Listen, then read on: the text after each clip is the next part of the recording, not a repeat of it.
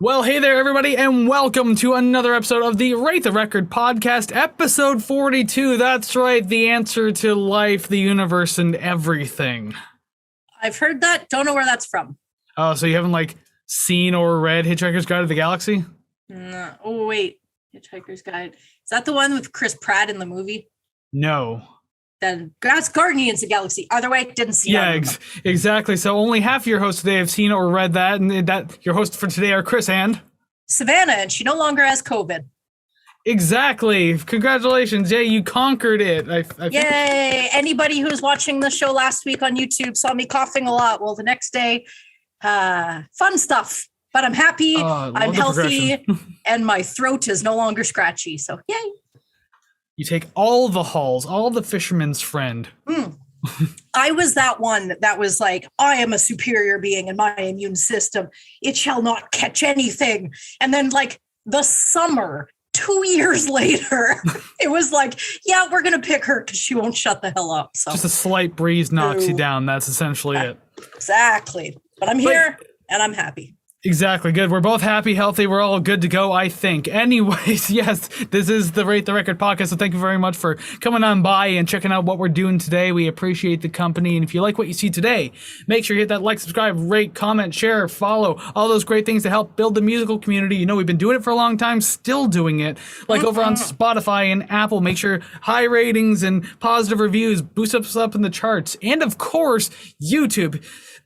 Pummel that like and subscribe button or something violent. Just do something to the subscribe button because we're trying to hit 100. And once we hit 100, we're doing those record giveaways as we mentioned in the past. I got to keep mentioning because as of recording this, we're not there yet.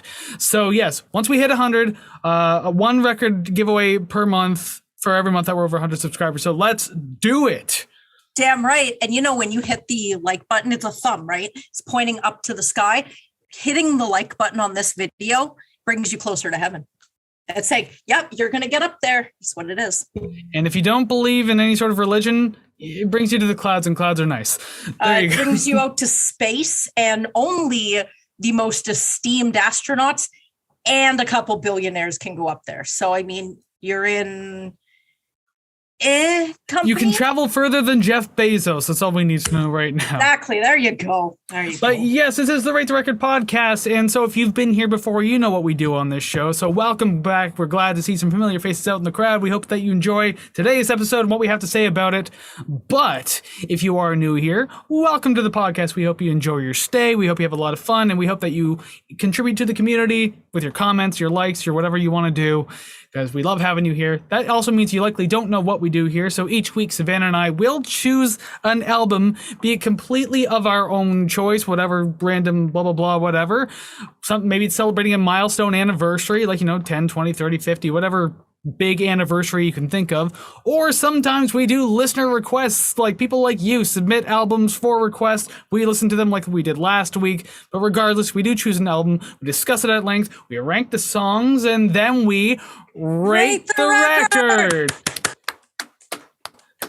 There. Now you're not being smart ass about it. We actually got through it.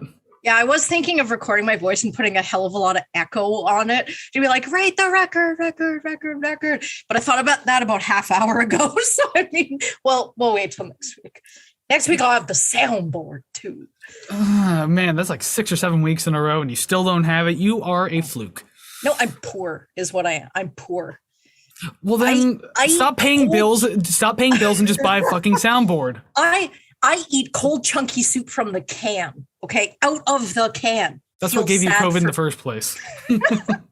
I don't know how, but it certainly did. Yeah, probably. But anyways, last week was a request album. We did Theory on Secret of the Runes. So once again, we do all that. So you can request albums over at ratetherecord.ca. Make sure you do that because we'd love to hear your choices. But this week is my choice. And it's this big old scary face right here. Ah! It's Frank Zappa and his 1974 album, Apostrophe. He really made a statement with the facial hair. Like that is a trademark if I've ever seen one. And I also got the Mona Frankie back there, so I've had Frank Zappa here this entire time. But yes, I actually own it on vinyl. There you go. It's actually one of my favorite Zappa albums, so lo and behold, I go ahead and choose this one. Yeah. We don't you just go often- through your record collection. You're like, we're gonna do this one, and it's like some sort of Frankie value. But I don't know about just because you have the record, you're like, yeah, sure, we'll do it. I'm not going to pretend like I haven't done that in the past. Fair. But yeah, we're doing Frank Zappa today. We don't do a lot of like classic rock or older type albums and everything like that. So it's very interesting to jump into one like this. This album's like what 38, 48 something years old, probably 38 years old. Yeah. So no, geez, I don't even know math. 48 years old. Oh my God, it's almost 50. Yeah. Well, as you're going, you're like, the anniversaries, 30, 40, 50. I'm sure at some point we're going to end up doing like a 60th anniversary, just something from the 60s. Do like the Stones or the Beatles or something like that. We're gonna nail it on the head. Wild to think about.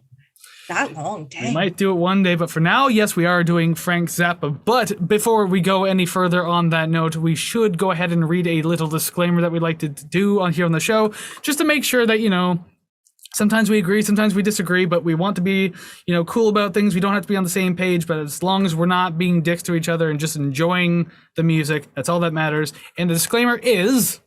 I'm sorry. I thought I had to burp. Okay. COVID's back. We're going to cut that. Okay. The following thoughts and opinions we're going to discuss on Rate the Record regarding this album are strictly of our own personal interests. We are not professional music reviewers. We are simply two friends having fun, discussing and listening to music.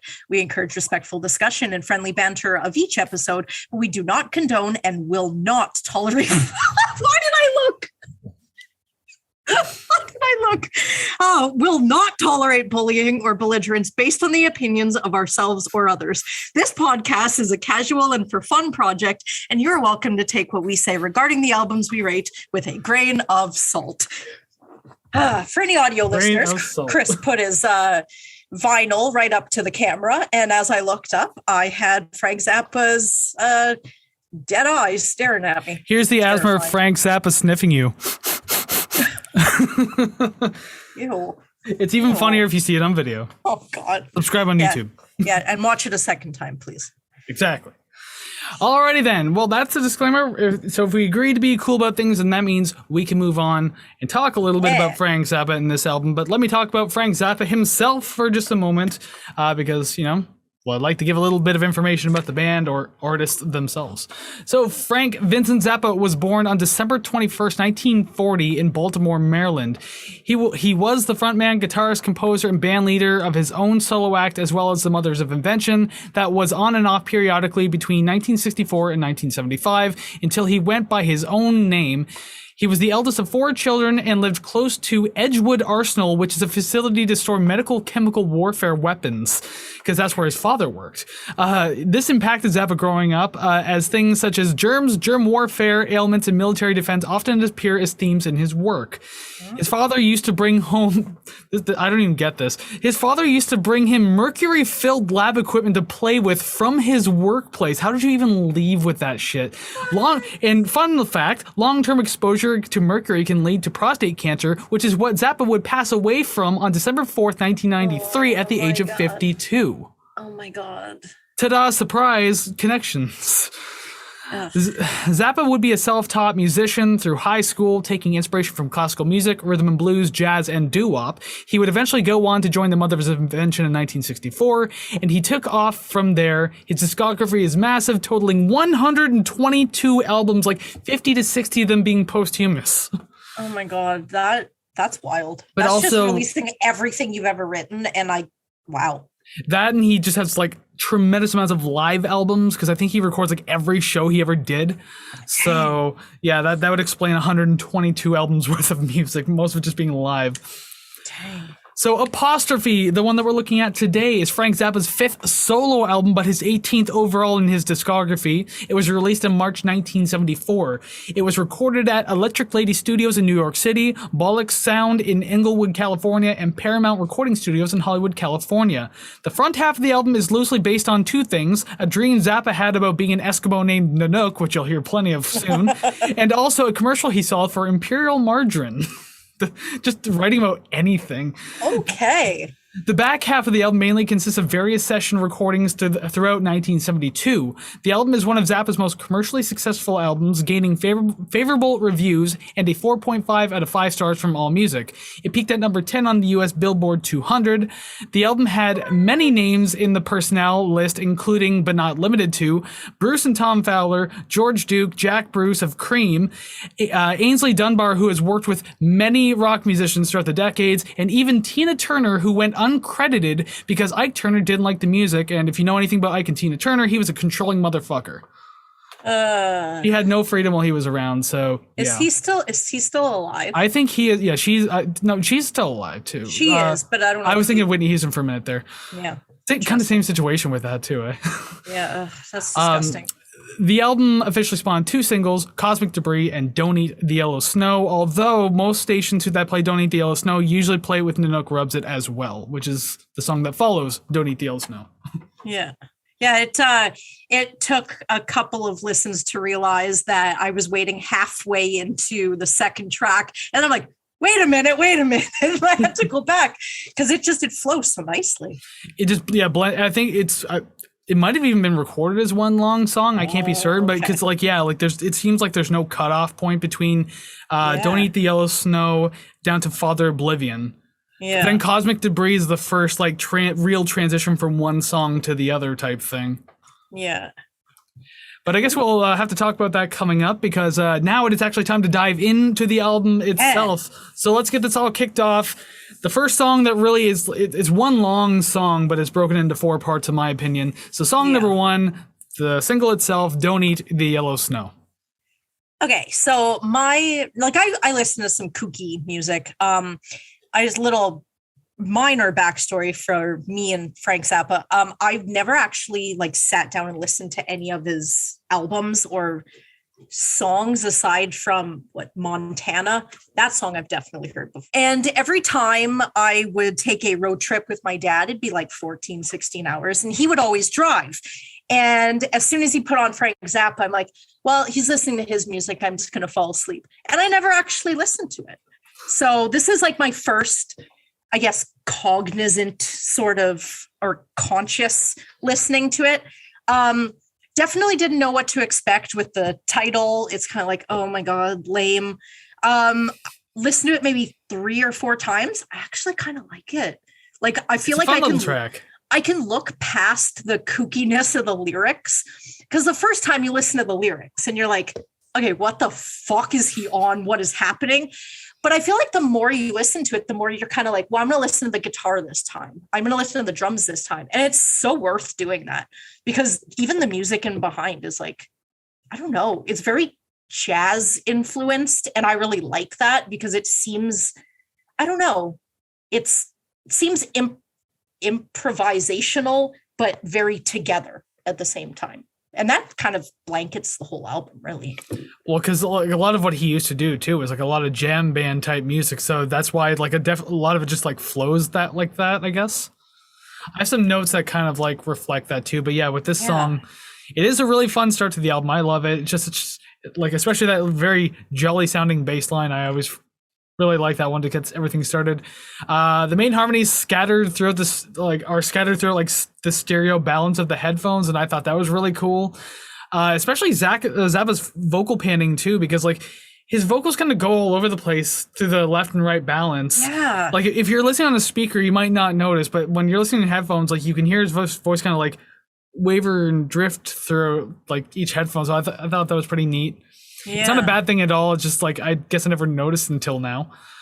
But yeah, I believe this song is in a 7/8 time signature too. So that and the lyrical content's a good indication of that this album is going to be something a little proggy, something a little different, different with 20 underlines underneath. Yeah, and an upside down question mark. Yeah, you can definitely tell, as I mentioned in the beginning, this was supposed to be loosely based on a dream he had about being an Eskimo. Yeah. And apparently he was leaving his house. His mom's like, don't go to the concert. And then he gets into a fight with a guy, which we'll hear later. And then ends up at a pancake breakfast on some parish. I mean, weird. Yeah, I was kind of trying to follow the lyrics, but I didn't want to sort of analyze them in depth. So this entire time I thought that Nanook was a dog. The entire time. God, somebody has a dog named Nanook. I don't know if I know them or if I just heard this person. I don't remember, but yeah, it sounds like a dog name, so I would take it. Yeah. Maybe he once had a dog named Nanook and just that's why it popped up in his dream or something like that. I don't know. Weird. Or maybe he just crazy. I don't know. Yeah, but just watch out where the huskies go and don't you eat that yellow snow. Yeah. I mean, those are words to live by. I find the main riff is easy as an earworm. So even just having that don't you eat that yellow snow just over and over, and it's just one of those that you hear it so much, like don't eat yellow snow, don't eat yellow snow, yellow snow, yellow snow, eat the yellow snow. I was gonna say it should work as a mantra of some sort. Yeah, exactly. Doing yoga to it. What happens if you go to like a carnival, get like a yellow snow cone, and then just that triggers in your head, and you just drop the snow cone, it drops in slow motion, splatters everywhere.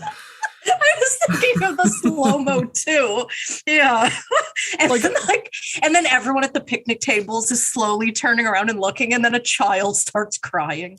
It's like, that was a perfectly good lemon snow cone. You ruined it. But you're just like, but the huskies. I gotta go. You're just like a series of like triggers are just like really popping your anxiety.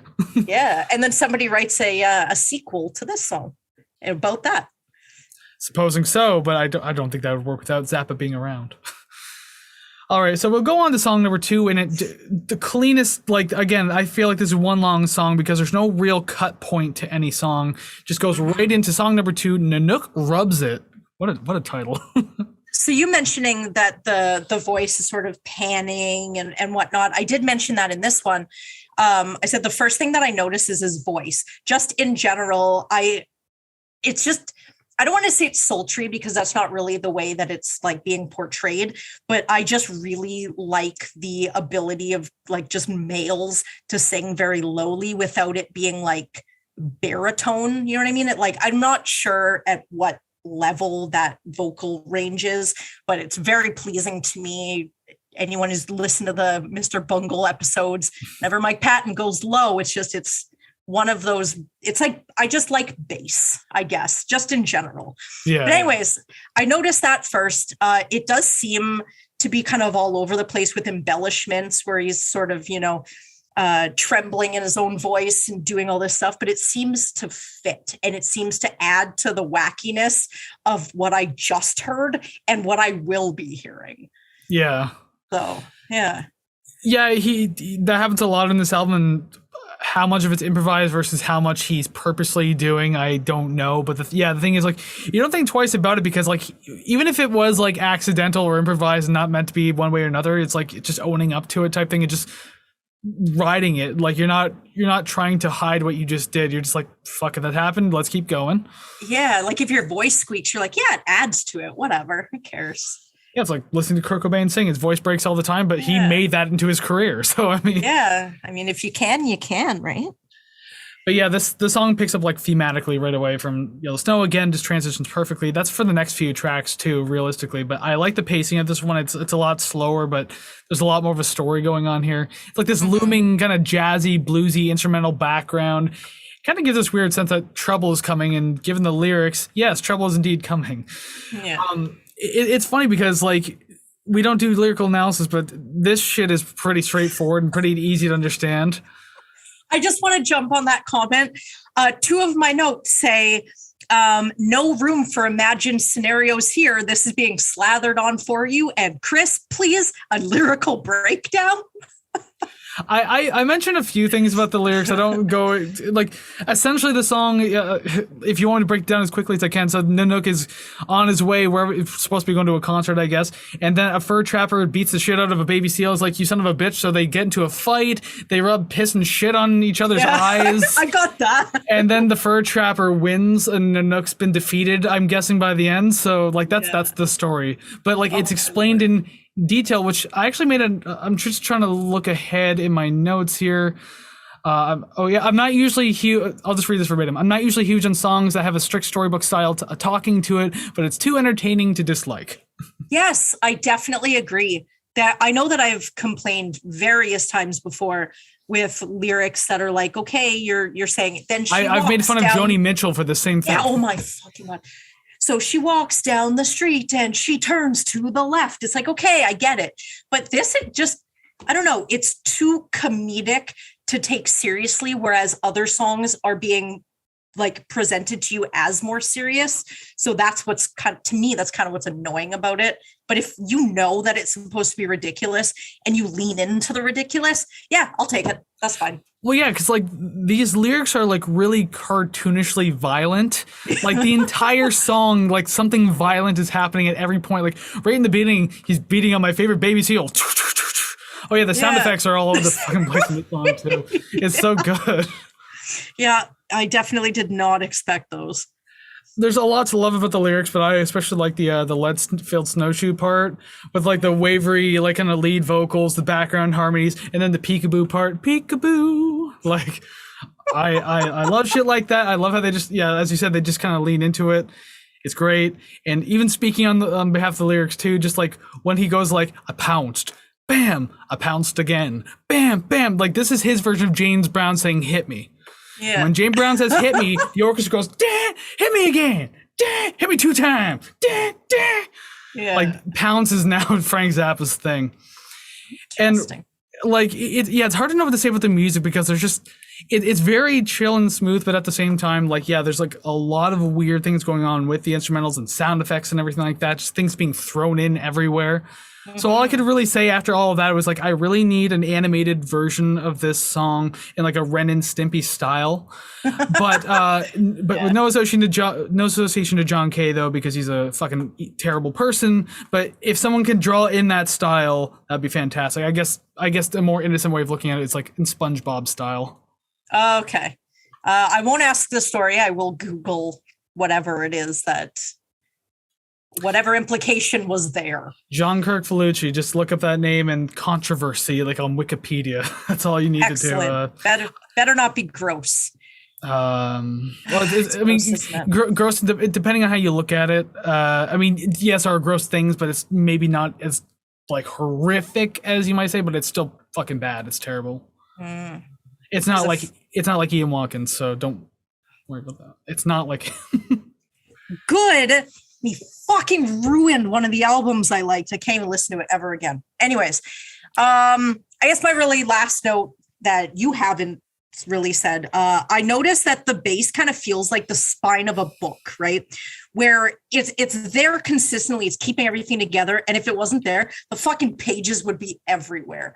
I don't know if I would be able to follow all the sound effects, all the sort of tangents and divergence and everything if that steady bass line or like just the bass wasn't there. Yeah. Because there's so much just like guitar squealing and it's that and the drums that kind of like are the only real consistent things in the track because everything else kind of bounces all over the place. Yeah. Is it like a Bush thing where it's like the drums and the bass and the chorus? This is way different though. That was a whole different kind of scenario of just like that's all they knew how to do versus like this is just doing well for this song. So it's like, okay, I like this. This is fine. It doesn't really do that for the rest of the album. So, I mean, I'm not going to complain about it. Fair enough. There's not really much to complain about, to be honest. No, not really. There's too many entertaining things happening instrumentally and vocally for me to want to say too many bad things about the album. Granted, I will, if things come up, I'm not going to be super biased about it. But at the same time, if I'm legitimately liking it, I'm going to say nice things about it. Yeah. So again, as if there was no transition at all, we'll go into song number 3, St. Alfonso's Pancake Breakfast. So this is definitely, I think, past the Nanook Dream and into the commercial for Imperial Margarine. Of all things to write a song about, you just see a commercial, he's like, hey, you know what? Get my pen and paper. Oh my God. That's the kind my dad used to buy. And then we used to store leftovers in the container. We did that too. I don't know if this is strictly for Imperial, but it was for a margarine of sorts. I don't know, but regardless. Yeah. So St. Alfonso's Pancake Breakfast, another title I just absolutely love. I want to start off by saying, can we appreciate what an absolute pain in the ass it must have been for the opening staccato, like synth horn line, that how hard it must have been to nail down all throughout that intro. It's really great stuff. Like, as you can hear a synth, but then you can hear like a staccato horn as well. So like that kind of stuff can't be easy to nail down in 1 or 2 takes. Like that must have taken forever. Yeah. Someone passed out and then a replacement came in. Oh yeah, Zappa would just be like, next. He's not exactly an asshole, but he's not an asshole, but he knows what he wants done in the studio. So I mean, like, you got to give it to him, or you're not on the album. That's simple as that. Yeah. It's kind of funny with this song too. It's too bad that the bass line is a little quieter on this track, because it's doing some pretty great stuff in the background. It's just not as there, and I really enjoyed the bass's like kind of old school muddy tone, I guess. Like it's not a really super clean sounding bass, but I still really like that. Yeah, it's like a classic rock type tone mixed with like all these kind of jazzy style riffs. So I don't know. I think that's really cool. I did mention the growling bass sounds very nice. I think it was maybe, well, I mean, it's only like a 2-minute song, but I think about halfway I could hear it a little bit more. It kind of came out a little bit.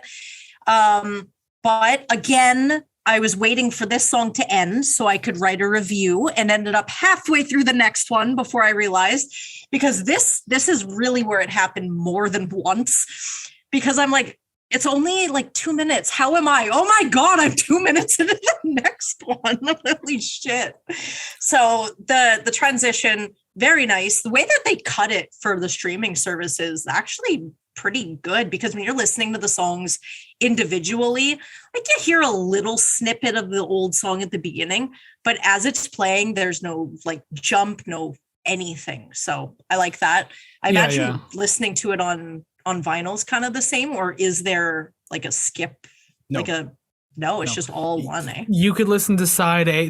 The only difference that comes up is when you get to Cosmik Debris, because at the end of Father Oblivion, like it fades out and then Cosmik Debris starts. So really, as I've already been saying, like it sounds like you're listening to one long, like 7 or 10 minute song. When you're listening on vinyl, you don't even think about it. Like you're just listening to like a really all over the place zany ass track. Yeah, I like that. I like that a lot. He knows what he wanted on the album, so yeah. And there's quite an array of different instruments, but like I feel that was sort of more accepted in the 70s, maybe coming out of the basicness of like the 50s and 60s sort of rock and roll, where the 70s are like, let's experiment more, and drugs. But I don't think Zappa did drugs, though. If I'm not mistaken, really? He was a wino. But I don't know. I can't be certain if he did drugs. I could be wrong. He might be one of those musicians, though. I think he said, no, I wouldn't touch drugs. Really? No LSD, no mind benders, nothing? I can't be 100% certain. So if someone in the comments knows, please let me know. But as far as I'm concerned, I don't think he was. He was a wino. He loved that. But that's about it. Wow. Okay. What a creative motherfucker then. Well, and also, I don't know if you know who Captain Beefheart is, but like he took heavy inspiration after Captain Beefheart, and he even worked with him on the album Bongo Fury. So you can kind of see where some of this craziness kind of came in. I've seen Zappa play Zappa, which is a band, I guess, led by his son Dweezil. And they played a Captain Beefheart song, some Electricity or something. I think doesn't surprise me, because chances are Frank Zappa played it. Yeah, so I heard that then. Only song I've ever heard by him. But I really liked sort of the array of instruments, and I was kind of likening all that to other bands that were kind of doing stuff like that, like Zeppelin had whatever I don't know. I don't listen to Zeppelin. Please don't at me. But I know that they, Jimmy Page and the bow on his guitar and just sort of stuff like that. I really like that. It was definitely innovative at the time, and this just sort of bumped that innovation forward. Well, if we're gonna do 10%, let's do 100.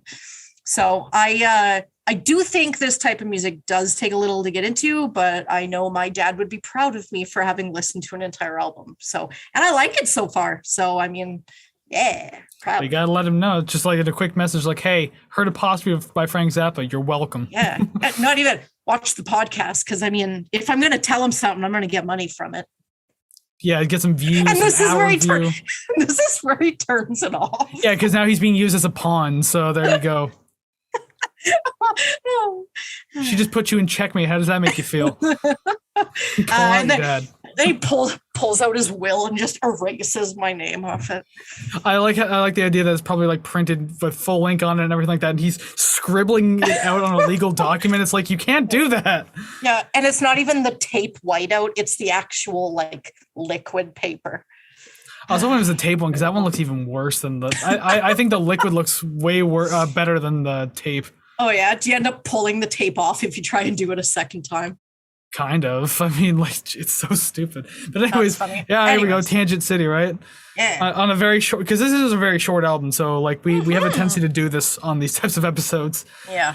But yeah, for a song that's only 1 minute and 50 seconds, that's all it is. Yeah. There's a lot to take in this one overall. I mean, and that's the thing, is a sign of a good songwriter is having a song this short, but having a lot of replay value just to catch like every layer and little nuance that you may have missed. Yeah. And it's a very fun track to listen to, so it's not like you complain about listening to it twice. Yeah, and I really like the glockenspiel or whatever at the beginning.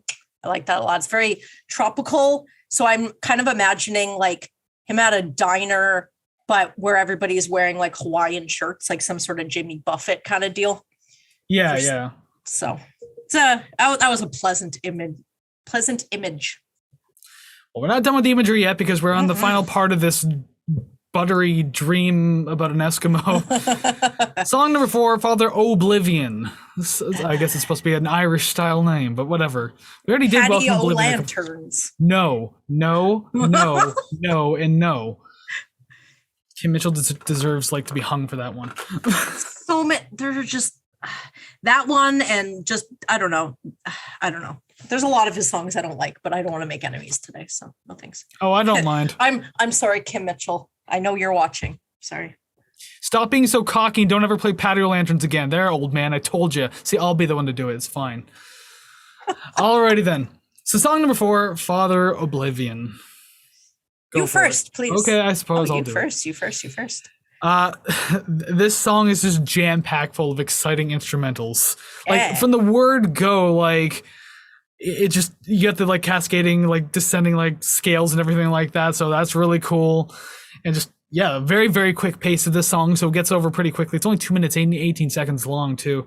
Yeah. But, like, songs like this just make me realize, like, how hellish it must have been to record this, because there's so much going on and it's all so tightly done as well.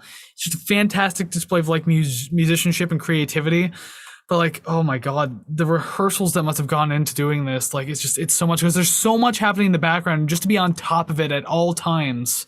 It's just, it's unbelievable to think about. And like, I've heard albums do this before, obviously, and like there's tons that do this kind of stuff, but even back then when you didn't have computers to like help perfect you in anything, or to kind of like lean on for practice, you just kind of had to do it yourself. Like, and you're doing it onto analog tape. Holy shit. I do want to ask, because I think I missed it at the beginning. Who is this produced by? Produced? That's a great question. I can look that up right now while you tell me your points. All right. So my first one is just, I like this one. I do find that the guitar is sort of like a background voice, a backing voice. It doesn't really seem like it's just playing guitar riffs. It's kind of playing along with the vocals, and I like that a lot. It just adds more depth to it.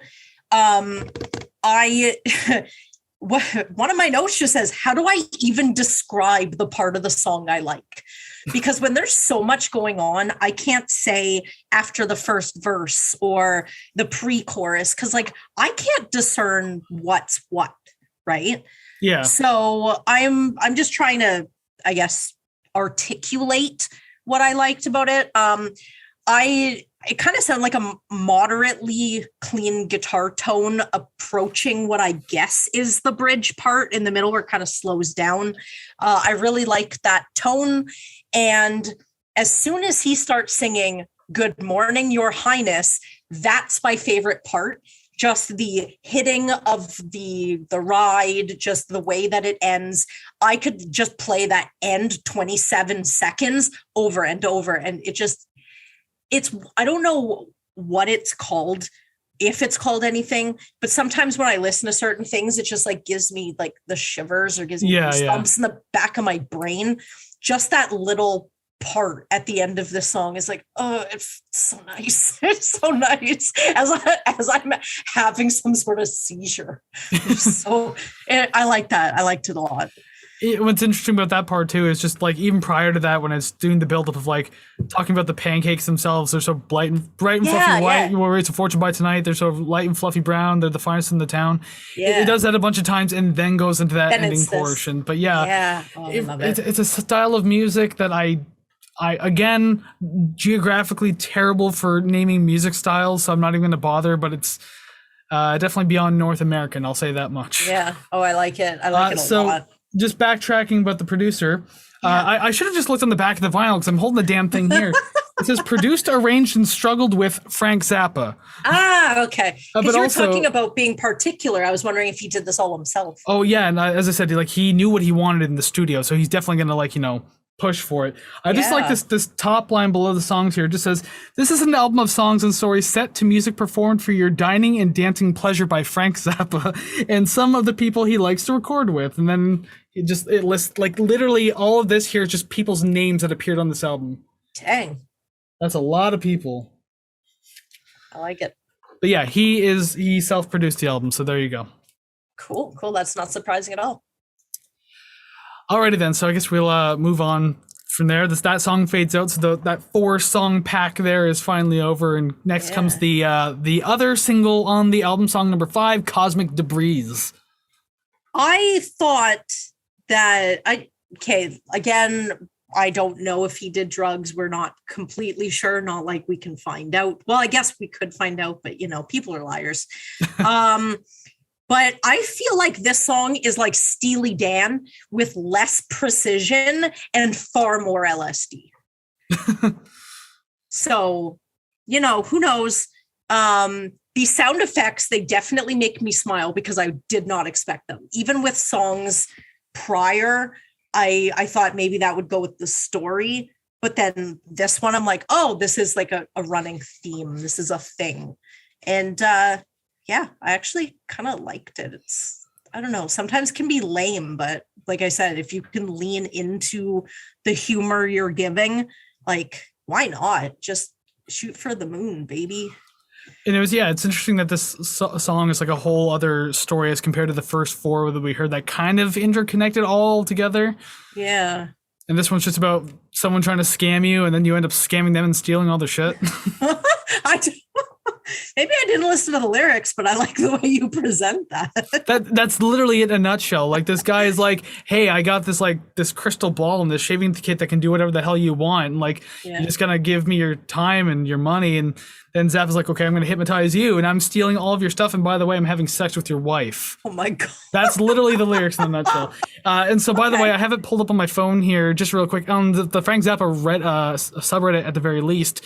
Yeah. And it's like, the question was, where does Zappa stand on drug use? We all know our main man, Frank Zappa, opposed the use of any and all drugs with the exception of caffeine, nicotine, and the very occasional alcoholic beverage. Wow. So yeah, I know he smoked a lot. He drank wine, and yeah, obviously, I guess coffee is easy enough to get into. Yeah. So apparently he just wasn't into that shit. Like, he doesn't care if you do it. He just didn't want to do it himself. Yeah. But knowing that, it's like, it completely changes sort of the way that I would think of his creative process. Like, that was just stored in his sober mind. Like, it wasn't brought on by anything. It was there the whole time. The fuck? Yeah, and I do know, aside from like Captain Beefheart, and like, as I mentioned, like, he got into like classical jazz, rhythm blues, doo-wop. He also really started when he was in high school, I believe. He started enjoying like avant-garde and experimental music of the time, back when like those musicians were considered composers. Yeah. And not just musicians. So like, he enjoyed that because it was just so out of the norm and everyone hated it at the time. But he's just like, this is someone taking a chance and being like really fearless about it. So I like this. And so you can see he obviously incorporated that kind of stuff into his music, maintaining like more of a rock kind of bass, but then just kind of sprinkling stuff on top of it. Dang, that's awesome. But yeah, with this one, like, this is where you really know that Zappa has like a good lower register. It's even lower than the other song. Like, it's just, I know you knew. I knew that. Very first line, sultry vocals already. Before I read another note for this song, I actually kind of want to make a note of that too, because to anyone else who's listened to Zappa might already know this, but there was a concert, I want to say it was in 74, 75. Zappa was attacked on stage and he was knocked off stage and fell 14 feet down to a concrete like orchestral pit, and it injured him in so many ways. It fucked him up a lot. And later after that, like while still recovering, he wrote and recorded the album Zoot Allures, which I also have on vinyl. That's another fantastic album. But his voice is so different and so much lower in that album because of the injuries he sustained. So if you listen to that, like the song Find Her Finer, for example, like it's a very quieter, kind of shaky, lower voice, but like mostly everything on that album is lower tone because of his injuries. Oh shit. Like, did it ever go back to normal, or is that just how it was? It kind of did, but it's hard to judge because kind of after Zoot Allures, he started leaving vocal stuff to other musicians. And to the point where like throughout his career, his music became more jazzy. He got other people to sing for him, and then he became a composer and just like played like orchestral, weird zany orchestral type music because he was like directing. Mm-hmm. So maybe that changed his path. I can't be too dead on about the timeline, like off the top of my head, but I just wanted to mention that because the lower register in this song is really cool, but it sounds different going forward in his discography. Yeah, it did for the most part, I think, kind of go back, but I can't be entirely certain. I'd have to like reread that part. Yeah. But yeah, this is a super chill song, very steady flow and just kind of like easy going, continuing kind of groove like how we had earlier in the album. But granted, the song before this was like much faster and kind of hyper, so like this is like a sudden like slow down point, but that's fine. Yeah. I love all the weird little instrumental fills in this track after like at the end of each phrase in the verse. It's like an old time radio that used like so many sound effects just to tell a story, and I really like when he does that. Again, it kind of reminds me of Nanook Rubs It with just like those weird sound effects that pop up, but this one's like even more so. Like at the end of every phrase, there was some sort of fill or sound effect. Yeah, I mentioned the amount of instruments in this one. I'm like organ, horns, marimba. I'm like, it seems fresh, but familiar. So I don't know if it's just because I like the sound of those, or if just the beginning of this side was like, here's everything. So by now I'm like, oh, okay, this is what I expect, right? I found that the chorus had like, I guess the chorus, like when the female singer, the voice comes in, the chorus has like a weird stumbling feeling, like they're rushing to get all the words in at the beginning. But the second time around, they do, I guess, appropriate amount of syllables. So I found that the first line kind of put me on edge because I'm like, this doesn't sound right. But then the second time, you jive in with that Cosmik Debris. Yeah. And then the second time it like hits it on the beat. And I'm like, this feels better. And then it does it again. Don't waste your time on me. Yeah, exactly. So it's like a push and pull with my expectations and my emotions in a way. And my last note for this one is the guitar solo. To me, it kind of felt unexpected, but just in a way that I just didn't think there was going to be one, I guess. So when I heard it and it wasn't in the background, it was so upfront. I was just like, oh, okay, yeah, cool. But it just seemed slow enough. I didn't think it was going to be there. Then when it showed up, it was like the Kool-Aid guy busting through the wall. Yeah, it wasn't one of the more outstanding solos on the album. Not saying it was bad, but just like out of any of the other ones on this album, this one probably stood out the least to me. Mm-hmm. But it was still fine, whatever. It was nice to have. And even like on that note too, the last quarter of the track kind of picked up the energy a little more, and like it was a nice pickup to kind of cap off the entire song because like it did that last verse and it was like it felt like it had a little more energy to it. It had a bit of a kind of like it wasn't as slow feeling at that point, so that was really cool. But I will say, like, overall, I don't think I was super into this song. I don't think I ever have been. Granted, I wouldn't skip it if it was on. Like, it'd be very rare for me to skip. But at the same time, I don't know. Like, Cosmik Debris is okay, but I wouldn't choose to listen to it. No, you wouldn't skip to get to the song? No, I would. chances are I'd listen to the first 4 and then go right to the next song, which we'll get into in a second. Yeah. But like, again, like I would not skip it. Like I'm not going to get up. I'm not going to like go on my phone, press a button. If it plays, it's going to play. That's fine. I'm fine with listening to it. I don't hate it. Yeah. But just, I don't know. I wouldn't choose to listen to it. I wouldn't put it into a playlist. Let's say that much. Fair enough. I have said that about at least 40 dozen songs. So. Exactly. That's more of your thing, but now I got to take a little bit from that just to emphasize my point. Yes, understood. And also 416, like it's one of the, I was going to say one of the longer songs on the album, but it's, I guess it is because there's a lot of short songs on this one too. Yeah. But the 2 longest songs are still coming up. Mm-hmm. I want to say something, but I'm like, I don't want to ruin it. So yes, they are. What about the album as a whole, or no, song? It's just, this song's coming up, and I'm like, say what you think of it now, and I'm like, no, you still have like 3 songs to go. Don't spoil it. Don't ruin it now. Well, we're flying through this right now because I mean, there's only 9 songs on the album, and we're going on to song number 6, Eccentrical Fours. I've heard the song too many times to not get that correct. Oh yeah, I had to listen to the song to know how to say it. Eccentrical Fours. It sounds quite space-like, and I don't know if that's a kazoo at the beginning. It would not surprise me. For this one, I wish I was on drugs. There's a lot of panning with the effects and delay, and the guitar kind of feels like it creates an expansive feeling where it's just like, I don't know, things are just shooting off. And that kind of adds to my thought of like being in space where you're getting like shooting stars and just everything is kind of moving around you. Yeah. I only have a couple more, so I'm going to blast through the rest of my notes. I'm sort of with the whole sort of imagery. I'm imagining Zordon of the Power Rangers, but it's Frank Zappa instead. That would be interesting. Yeah. So I got that. I found the drums are like, they're really jamming back there, and it's really fun to focus on them. And my last note said, I like this one. Your turn. Excellent. Yeah. I'll pick up right from the drumming note there because I did note that yes, excellent drumming in this song, fantastic. It doesn't stand out sonically, but it's perfect for the flow of this song. The volume of it's still like there, so it's like not punching right through your headphones or anything. It's just super smooth.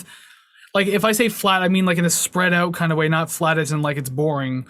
Like it's like it's not. I don't know. I'm explaining this in a really dumb way because it's not even sound expansive, like kind of spreading, but just, I don't know. It just feels like it's encompassing the entire picture, and it feels right to be there in how it sounds and how it's like composed as well. Like it's hard to explain because it's like, you know, I don't really know much about drumming. Would you say that it's covering the whole horizon kind of thing where you're, yes and no, because again, it's not super expansive in that way. It's hard to explain how I feel about it and see it in my head. But just regardless, the tone of it's right. It's doing the right things.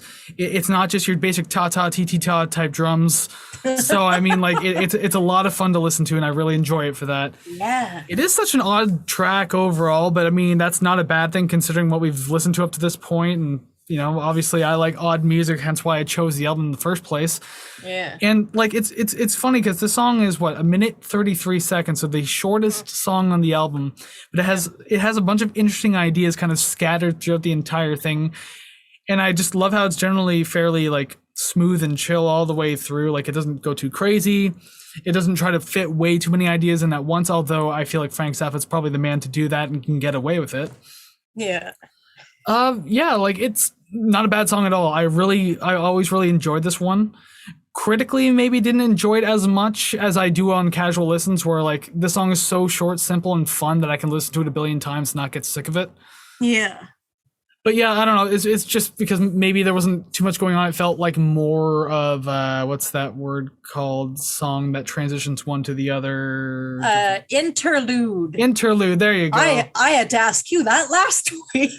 And I know what an interlude is. I just had a brain fart there for a minute. But yeah, this song this feels like a very entertaining interlude to me, which is again not a bad thing. But again, like it's not like huge impact on the album type thing. Yeah, I get that. All right, so let's move on to the title track of the album, song number 7, Apostrophe. Oh, okay. I don't have a lot of notes, but they are sort of lengthy and wordy.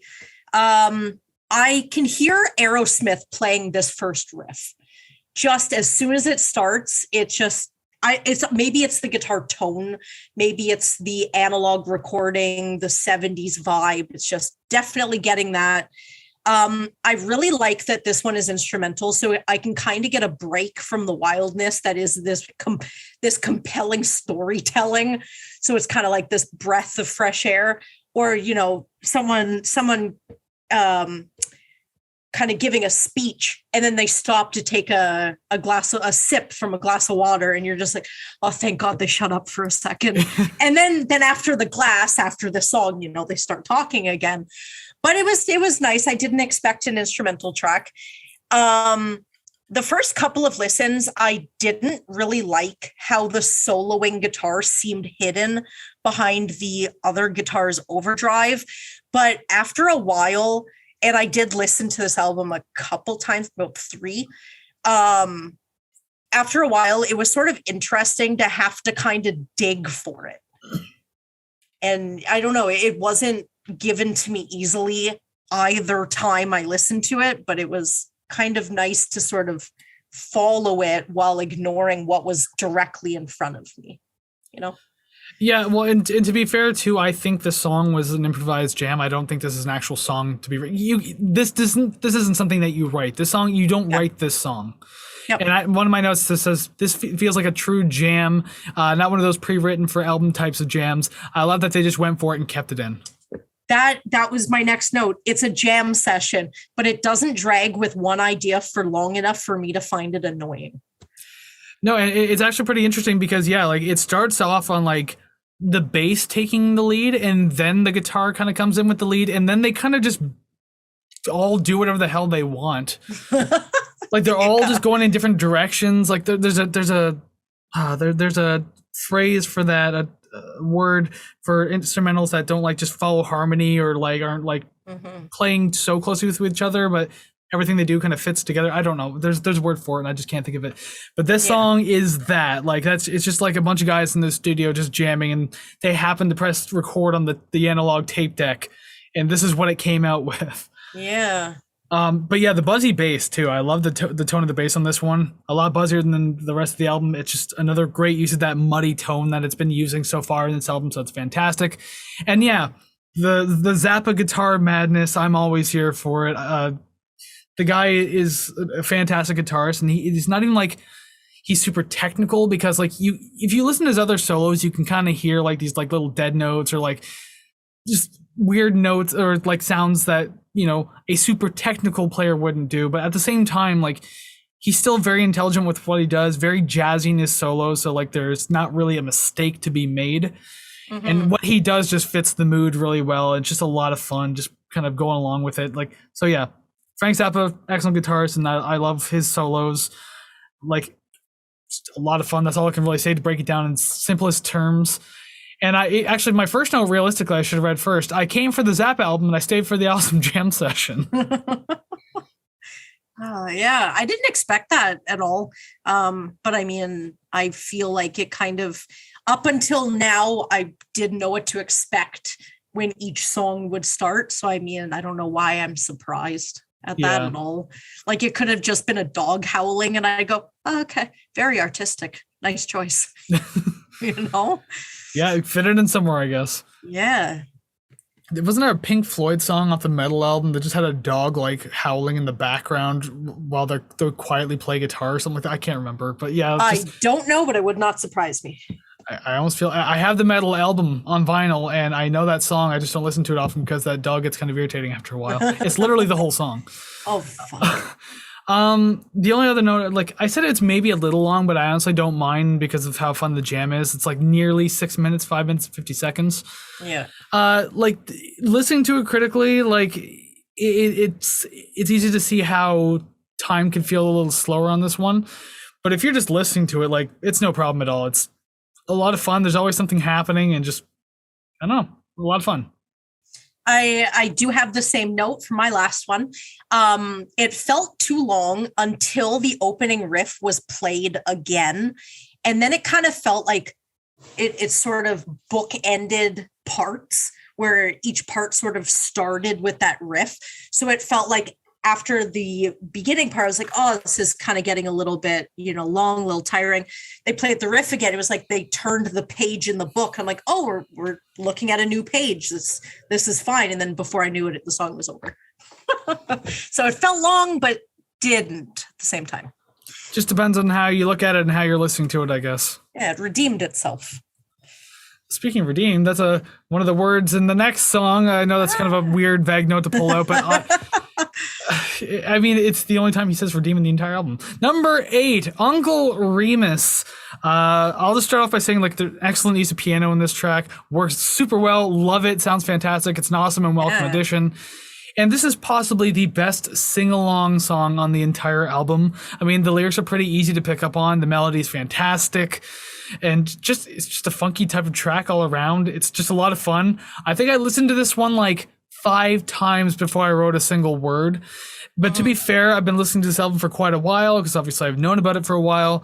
So, I mean, every time the song comes on, I have the exact same reaction of just having a lot of fun with it. Yeah.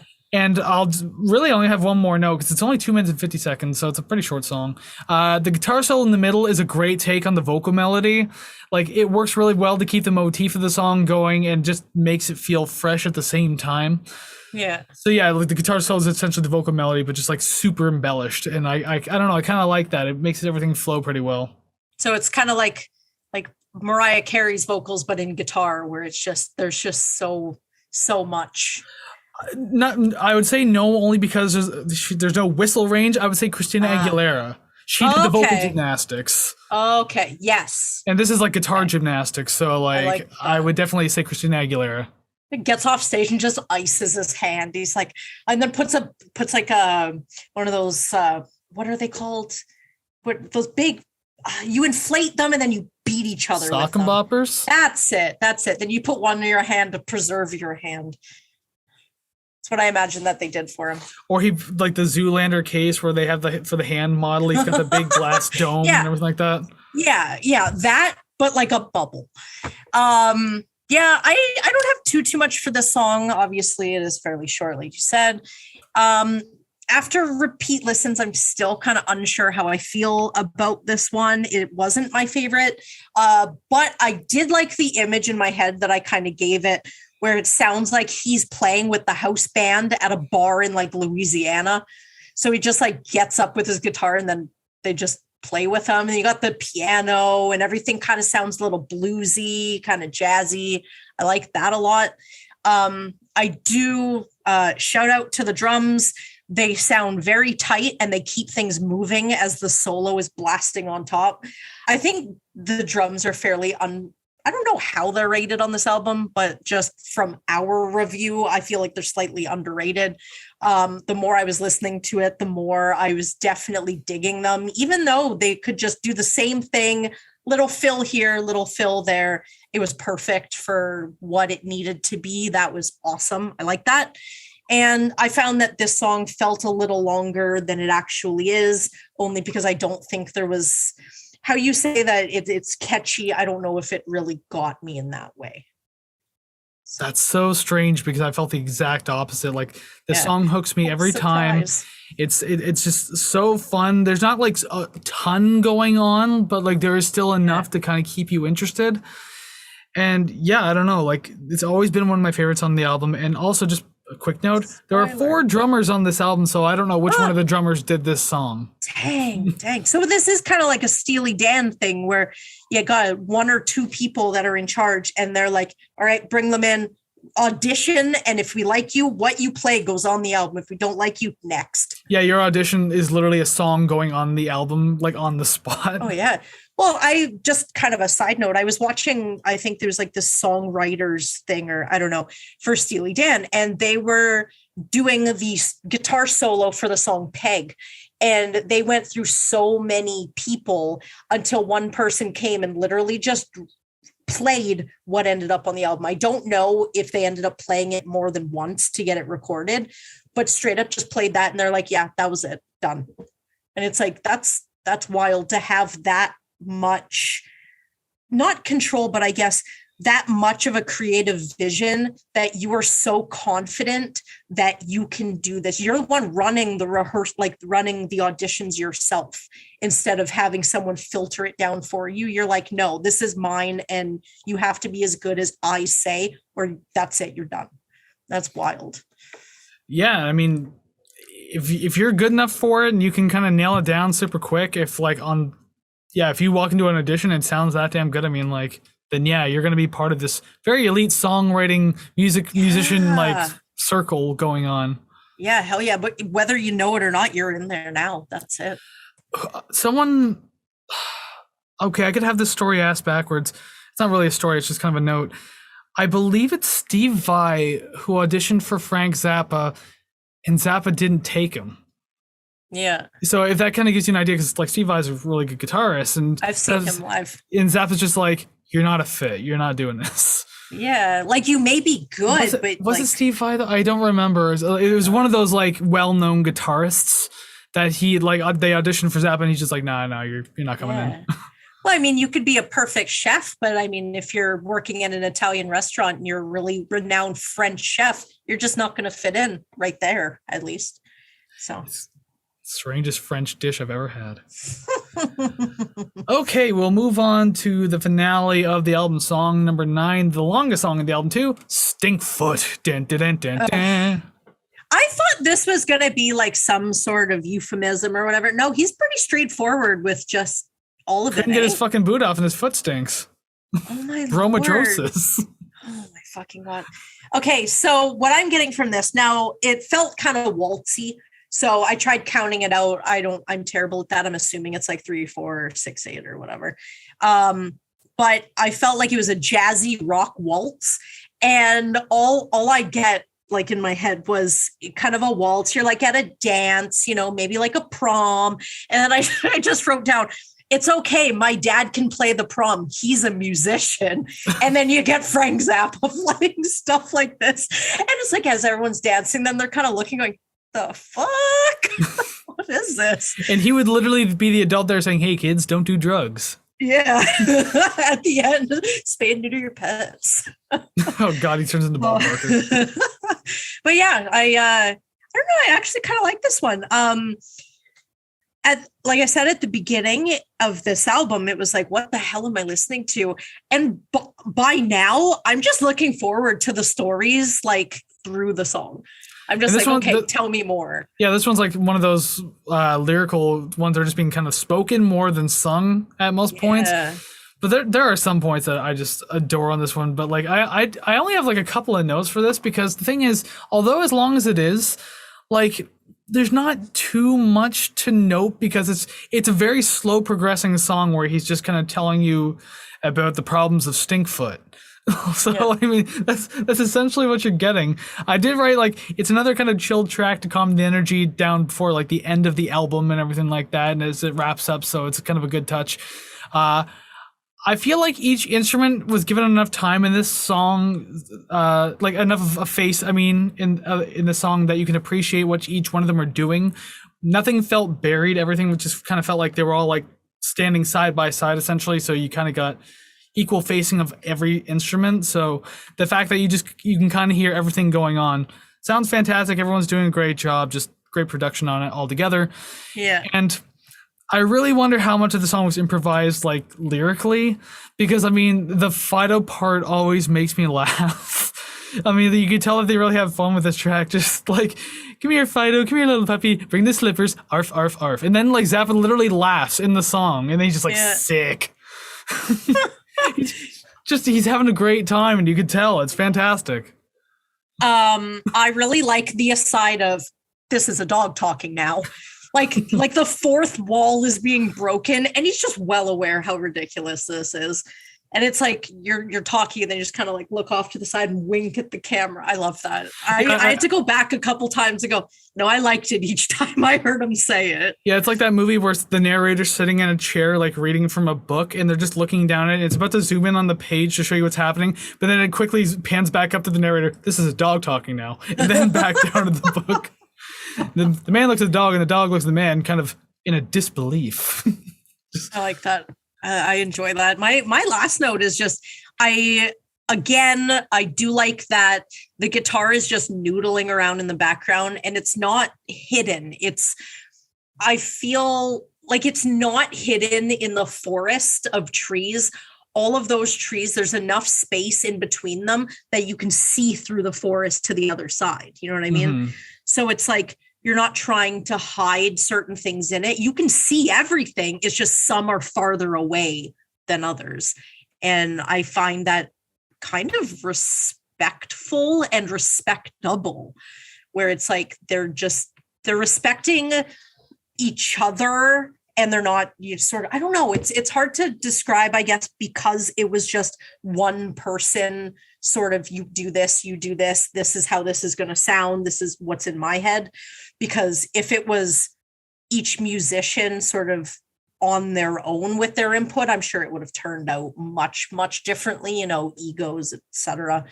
But I don't know. It's nice that you can hear everything and there wasn't constant preference to one thing. Like Zappa's guitar isn't at the forefront all the fucking time. Yeah. So I guess the short of it is very respectful, very respectable. Didn't think I'd like this album. God damn you, Chris. I'm pretty good for this, aren't I? I hate you so much. When I pick out these albums, you're like, and then at the end you're like, oh. One sound to the other, two different vowel sounds. Yeah. Yeah. And I drag my feet listening to them because I'm like, oh, I don't want to listen to anything want to like new. this. Yeah, I don't want to listen to anything new. Like, can I just listen to the same Gin Blossoms album I've always listened to? Then I listen to this going, I'm going to listen to this tomorrow, aren't I? Fuck, I'm going to listen to this on my walk. I'm going to listen to this on my way to work. God damn it. You should be happy for that, though. This show is introducing you to so many things. I know. And there's still some of those How to Destroy Angels songs. I'm like, I like this. This. Even listening to Tomahawk's God Hates a Coward, I'm like, fuck, this song's on, like, literally on the list. Well, and it's so short, too, that you can just, like, blast through it pretty easy and just be like, okay, we're cool. We're good to go. Again. And even if I don't feel aggressive, I still listen to it going, I feel better now. I love it. I hate you so much. The lyrics of that song are so crazy if you just get past the gas mask megaphone vocals. Sounds great. But that's that album, and we've done that before, and this is Frank Zappa's album for Apostrophe, and that's the end of the album, actually. Like, I know that's a longer song, but just like, it's hard to review that one just because, again, it's like a slower bit of a pace, but at the same time, there's just listen to the story. It's hilarious. The instrumentals aren't going crazy because it's letting the story be told. Yeah, I liked it. I don't want to spoil anything, but I did not give it an F. Well, that's fair enough to say. Yeah. Alrighty then, but yeah, we are at the end of the album, so thank you very much for making to the end of the album with us. We sure hope you enjoyed listening to us talk about it, but more importantly, we hope that you listened to it too, and we know you likely have opinions on it, so make sure you let us know down in the comments below of wherever you're listening to. Make sure you hit that like, subscribe, rate, share, follow, comment, all that kind of stuff. Musical community, build it up and let us know what you thought of Frank Zappa's Apostrophe album, no matter where you are. There's a comment section like pretty much everywhere, even on the audio platforms, I think. Yes, and say, wow, you guys are great. Thank you. Appreciate it. Yeah.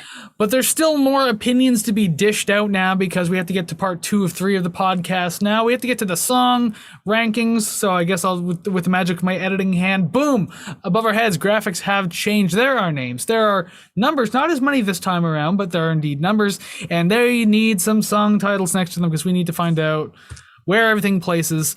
So we are 3 consecutive weeks in a row of 0 for whatever number.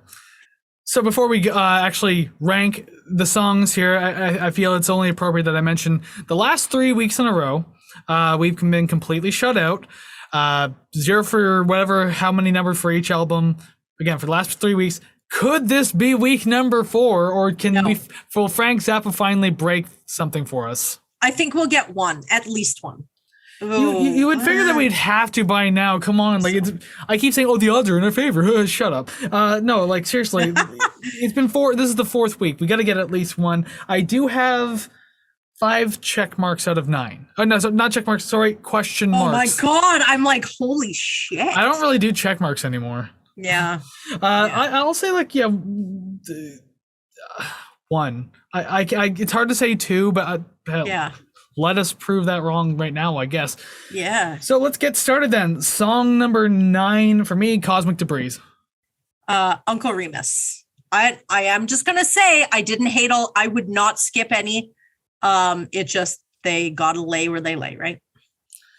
Fall where they may. That's a Frail State joke. I see my shirt, frailstate.com. Anyway, song number 8, Eccentrical Force. Nanook rubs it. Named Nanook. Okay, number 7, Don't Eat the Yellow Snow. Stinkfoot. Dun, dun, dun, dun, dun. Number 6, Apostrophe. Don't Eat the Yellow Snow. Oof, the one off. I am just not hopeful right now. 1, 2, only 2 left. That's it. Not hopeful. Number 5, Nanook Rubs It. Not hopeful. St. Alfonso's Pancake Breakfast. My number 4 is St. Alfonso's Pancake Breakfast. Cosmik Debris. All right. Cosmik Debris. Number 3, Father Oblivion. I hate you so much. Eccentrical Force. It's Eccentrical Force, you fucking degenerate. Said I quit. Good. Number 2, Stinkfoot. Father Oblivion. I like that song. That was good. Oblivion. And number 1, Uncle Remus. Apostrophe. 0 again. This consistency in our inconsistency then, right? I feel like the last 3 albums, because they had more than 9 tracks, no excuse. Hello, past Savannah and Chris, you guys are terrible. Today, there's only 9, so I feel like it's a little more easy to talk away because, like, what are the chances we're going to get 9 of them? But on, like, an album where there's, like, 15, yeah, what the hell's our problem, man? On one of the Eagles, didn't we do the Eagles and get like 4? Wasn't that the new record that beat Daughters? Yeah, but there were only so many good songs on there. It seemed kind of obvious. Regardless, though, that still like shattered the record. Not shattered, but it still broke the record. Yeah, that's true. This is disheartening. And we're approaching the end of the season too. I know. Is this how it's going to be all the way through? I know, we have right? 2 more shows. That's it. So next week is my pick, and I really, really hope that we get some matches on that, or else there may not even be a season 3. New host, because I'll go on without you. It's fine. But by the way, I'm keeping the website. No one needs you anyways. Whatever. Alrighty then. Well, that didn't work out too well for us. Hopefully your rankings out there look better or something along the lines of that. But now it's time to rate the record, just like the title of the show. So transition screens. Let's do that now. Bajing, that way. Or that way? Oh man, here it is again, the album rating screen. Just so many albums all over the place. The B tier's got a whole other section now, and last week Therion's Secret of the Runes, there it is, planted firmly below Mr. Bungle between Radiohead and Tripping Daisy. Mm-hmm. That was a request. I really like that album. Thank you for, what was it, JP, yeah. He left a lot of comments on the videos too, and yes, we saw them all and we responded to most of them. So yes, we do that too. So we'll interact with you if you request an album. Trust me, we will. Yeah. So I was gonna say that's the highest requested album we've done so far, but then I forgot that Tomahawk ended up being a request. So yes, still though, pretty high out there rating. But now we need to find where Frank Zappa's big old face is gonna end up. I remember when this podcast first started, in the first handful of episodes, we always mentioned there was like a face. Up until California by Bungle, I think. It was like the first 5 or 6 episodes there. All faces. There's still tons of faces on there now. And Yeah. Frank Zappa is about to be one of them. So we got to find out these scores. So, hey, Savannah, go first and tell me what you've scored this album. All right. Well, I'm just going to preface it with I did not think this was going to be my score, but with only 9 songs on the album and none of them ultimate stinkers, I got 75 on the nose. Not bad, I suppose. Not bad. Is that a B minus or is that just like a straight up B? That is just a straight B, like, yeah, middle of the field. Not too bad. That would be a 73.67 to 76.65, I believe, is the B range. Jesus Christ. Whereas me, on the other hand, obviously, I mean, it's no secret how much I love the album. I own the damn vinyl and I praise it a whole lot. I rated this one an 85 on the nose. So 10 points above yours, divided by 2, and that brings us to a dead even 80, which I believe we already have. No, I don't know. It's probably at the bottom of the A tier, I'm gonna guess. Direct bottom. Primus was 80.22. Very close, but hey, you know what? Yeah. Zappa in the A tier, I can live with that. I won't fight that at all. It's so crazy to think that 5 out of 6 of the A tier albums came from this season of the show, and Bungle was the only one to come from the previous season. Yeah, and you picked them all. Exactly, because I told you in the beginning I have better taste, and you've only confirmed it by helping bump up these albums. That's okay. People only know who you are because of me. That's fine and dandy. People know who I am now, so thank you for. I'm using you for clout now. A minus. I don't really want to complain about that because it was indeed in the A tier, but we've yet to have an album go past A minus. But you know what? Frank Zappa hitting the dead even 80, just barely there. I can't complain about that. I love the album too much to naysay that. Mm-hmm. And because like it's never going to get knocked out of the A tier. It could be the very last, but he's always going to be there. So I'm cool with it. Unless some sort of weird redux happens one day and it goes down by 0.01. Oh, God. And it just barely outranks Tomahawk. It's like, oh no.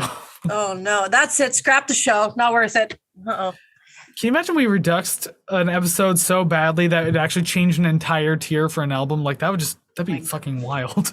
Yeah. Oh fuck. But yes, that is where Frank Zappa's Apostrophe has appeared on our list, and we want to know where it's going to appear on your own personal list. How would you have ranked this album, or rated this album? Because Rate the Record is what we do. So yeah, let us know over on social media and everything like that. You know, Facebook, Instagram, Twitter, TikTok, wherever you want to go.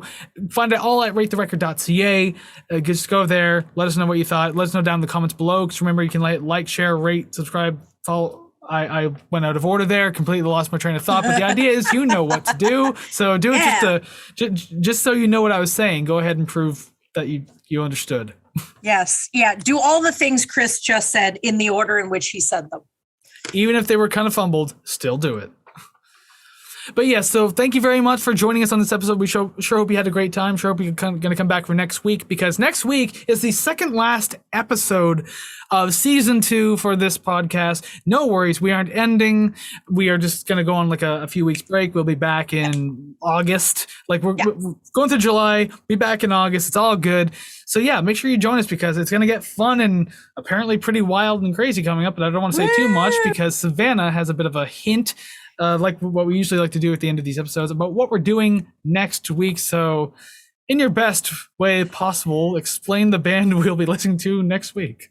Okay, so I am just going to preface this, and I do not expect anybody to be like, oh yeah, I'm totally going to listen to that, because I picked something that I'm just gonna be honest, I don't even have a spoiler this week. This is an album that I found by accident. I will tell the story next week. But I found this band while looking up a different band, and this album has definitely become one of my favorites. It is the only one that they have released. I do know that the lead guitarist went on to play with David Lee Roth with his sort of solo thing. Anything I say is just sort of going to take away from all of my my banter for next week, but they're no longer together, very short-lived, and The only thing I can say is ridiculous. It's just ridiculous. And I'm so excited. What an absolute hint to go off. Oh, yeah. We're going to get like 2 views on this, but that's totally fine. That or this band so happens to have like one of the most niche and insane crowds on YouTube or any audio platform. They're just like, oh my God, someone's actually talking about it.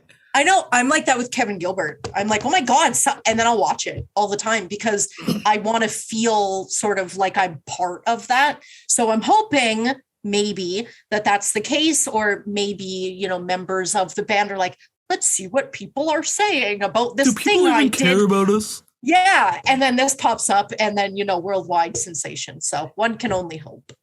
And they, as a thank you for reigniting their fan base, they send you a $5 voucher for their merch store. Oh, that's awesome. Their website has not even a free shirt, a $5 fucking voucher. Their website has been under maintenance for the longest fucking time. Oh, I'm just waiting for that to pop right up again. Oh, well, we will be the catalyst for that, from in which they will take off from. But that is then, this is now, we're at the end of the episode. So once again, thank you very much for watching this one. We hope you have a great week and go listen to some awesome music like Frank goddamn Zappa himself. Do it. And we will see you again real soon. So take care, friends. Bye-bye.